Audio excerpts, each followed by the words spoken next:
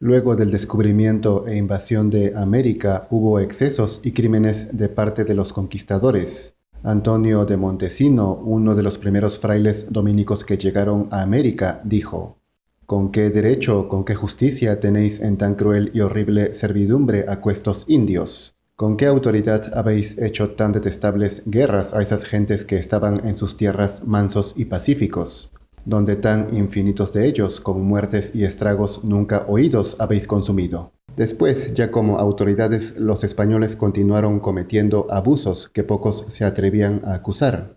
Guamán Poma de Ayala, un indio culto de la época, escribió un libro titulado Nueva Crónica y Buen Gobierno, un manuscrito muy original con dibujos donde denuncia tales injusticias. En la página 446 dice: «Han causado gran daño y perdiciones de los indios. Padre, encomendero y demás españoles roban a los indios sus haciendas y tierras y casas y cementeras y pastos, y sus mujeres e hijas, por así casadas o doncellas, todas paren mestizos y cholos. Hay clérigo que tiene 20 hijos y no hay remedio». Esta obra fue escrita aproximadamente desde 1600 hasta 1615, cuando ya la corona española estaba establecida. Guamán Poma fue testigo del cambio, puesto que sabía por su padre y sus ancestros cómo se vivió en el tiempo de los incas, antes de la llegada de los españoles, afirma. La grandeza que tuvo este nuevo mundo de las Indias, de tener doncellas de 33 años, algunas hasta morir fueron vírgenes, las cuales estaban en sus casas y andaban en el campo sin que la mosca les tocase. Todo lo malo, adulterio y otros pecados mortales trajeron consigo los dichos cristianos, que con pretexto de enseñar la doctrina, desvirgan a todas las doncellas, y así paren muchos mestizos en este reino. En América hubo muchos pueblos, unos mejores que otros. No en todos fue una maravilla. Había culturas avanzadas, pero también había semisalvajes. Sin embargo, la mayoría eran civilizados. Por otro lado, no se puede negar que los españoles cometieron abusos. En la página 232 declara: «Juntan doncellas y las desvirgan los curas de las doctrinas, y corregidores y encomenderos, y se huelgan los españoles, y así hay y multiplican muchos mestizos». Muchas indias eran abusadas sexualmente por los españoles, directa o indirectamente terminaban en manos de ellos, que se aprovechaban. Las leyes no lo permitían, pero en la práctica ocurría a menudo. Ciertamente gran parte del mestizaje ocurrió de esa manera, por la fuerza, afirma. Como los hermanos y parientes y deudos del corregidor, y del padre y del encomendero enriquecen presto. Con el favor y ayuda de ellos hacen fieros a los pobres indios y les quitan toda su hacienda y ganados, y comidas y ropa, y fornican a sus doncellas, y de su parte castigan y molestan y les hacen trabajar, y no hay remedio en este reino. Las autoridades españolas, incluyendo el sacerdote, se propasaban en sus funciones. El abuso de autoridad era costumbre. Los indios fueron los más afectados, señala. Es pestilencia que envía Dios a los malos cristianos a robar haciendas de los pobres, y a quitarles a sus mujeres y a sus hijas, y a servirse de ellas. También es pestilencia cómo se despueblan y ausentan los indios de sus pueblos en este reino. También es castigo de Dios morir muchos indios en minas de azogue y de plata, y otros morirse azogados y estar muy malos padeciendo gran trabajo 5 o 6 años sin morirse, y después de muertos dejar mujeres e hijos huérfanos y pobres. Los indios eran muy perjudicados, puesto que los españoles no solamente abusaban de sus mujeres, sino que se apropiaban de sus posesiones, les pedían tributos y pretendían ser mantenidos, indica. El corregidor entra diciendo «yo te haré justicia» y roba, y el padre entra diciendo «yo te haré cristiano, bautizaré, casaré y adoctrinaré», y roba y desuella, y quita mujer e hija. El encomendero y los demás españoles dicen «justicia que sirva al rey, porque soy su vasallo», y roban y hurtan cuanto tiene. Y peor, los caciques y mandones desuellan del todo a los pobres desventurados indios.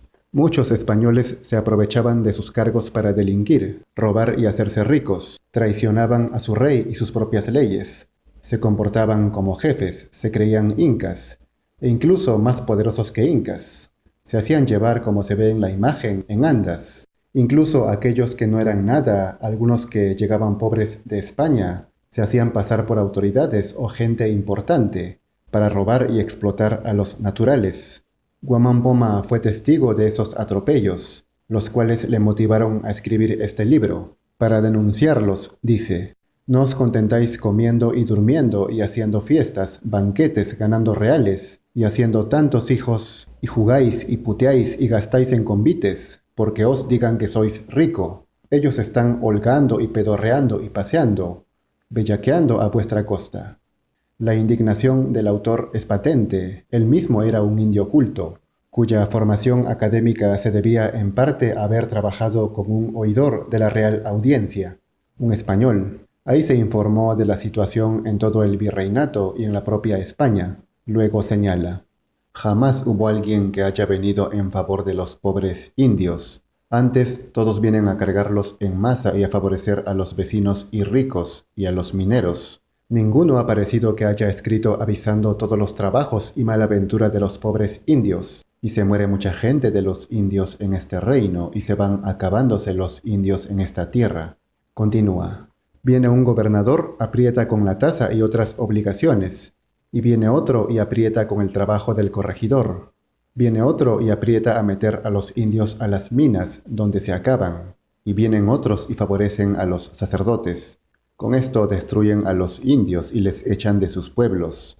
Todo ello no lo escriben a su majestad, ni a su santidad, para remediarlo. Cada día va en más daño. Hasta los religiosos quitan haciendas y se meten en casas y chacras, estancias de los pobres indios.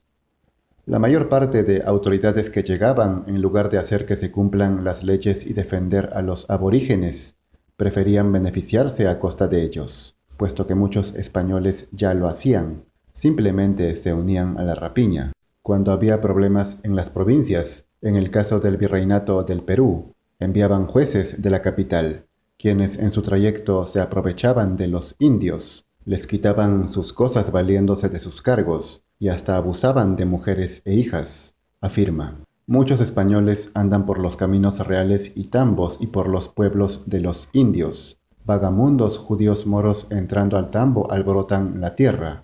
Toman un palo y le dan muchos palos a los indios pidiendo. Gasta y come cada día 12 pesos a costa de los indios. Y dice que es caballero, apo, doctor, licenciado, y sale sin pagar en cada tambo y pueblo de indios. Un tambo era una tienda rural, de manera que, haciéndose pasar a menudo por autoridades, los españoles se dedicaban a asaltar. El autor hace un parangón con España. Dice: ¿por qué causa en Castilla no hay salteadores y ladrones y vagamundos españoles? Porque no tienen a quien engañar, y robar, y comer de balde, y sin trabajar. Como en este reino comen y roban y se sirven de balde. Saltean y hurtan en los pueblos y caminos y tambos de este reino a los indios pobres, así sus haciendas como sus tierras y mujeres e hijas. Y así hay muchos salteadores, más en este reino que no en Castilla. Es que en Castilla se respetaban las leyes, al menos mucho más que en las colonias, donde por más leyes que haya a favor de los indios, si no se cumplen es como si no existieran, son inútiles. Guamán Poma cuenta su experiencia en un tambo o tienda, donde afirma que algunos españoles, sin importarles que el indio sea cacique o alcalde, le exigían cosas y menudencias y prácticamente le robaban. Ahora bien, ¿los indios eran tan débiles que se dejaban? ¿No reaccionaban? El autor relata: en el camino un español salteó a 10 indios, quitándole sus haciendas y comidas. Defendiéndose los indios, desvainó su espada y les hirió a 3 indios, y así defendiéndose del dicho español, los indios le mataron.